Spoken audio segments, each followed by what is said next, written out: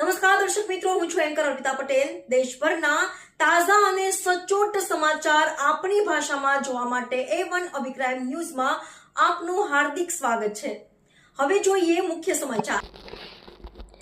રાજકોટ જિલ્લાના ઉપલેટા તાલુકામાં ward number 3માં Jadeshwar નગર વિસ્તારમાં તૂટી ગયેલા કુંડીના ઢાંકણા વોર્ડ નંબર 3ના સદસ્ય મહેશભાઈ, સુવાભાઈ, મયુરભાઈ, વાઘેલાભાઈ, ચેતનભાઈ કાલરિયા તથા જિલ્લા ભાજપ ઉપપ્રમુખ જયેશભાઈ ત્રિવેદીની રજૂઆતને ધ્યાનમાં લઈ નગરપાલિકા દ્વારા નવા નાખી દેવામાં આવ્યા હતા। ત્યારે કિશોરભાઈ સોલંકી, દિલીપભાઈ સોલંકી, માલદેવભાઈ સોલંકી, દીપકભાઈ, જગદીશભાઈ સોલંકી તથા લત્તાવાસીઓએ આભાર વ્યક્ત કર્યો હતો।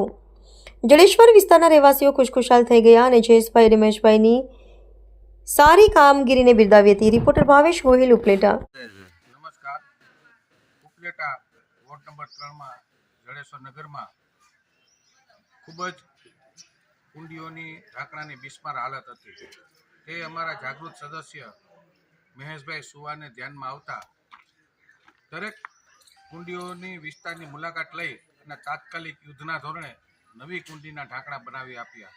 ત્યારે આ વોર્ડના સદસ્ય મહેશભાઈ સુવા, ચેતનભાઈ કાલરિયા, મયુરભાઈ વાઘેલા તથા પૂર્વ સદસ્ય અને રાજકોટ જિલ્લા ભાજપ ઉપપ્રમુખ જયેશભાઈ ત્રિવેદીને ધ્યાન આવતા તાત્કાલિક નગરપાલિકાના રજૂઆત કરતા કુંડીના ઢાંકણા નવા નાખ્યો આપવામાં આવે છે।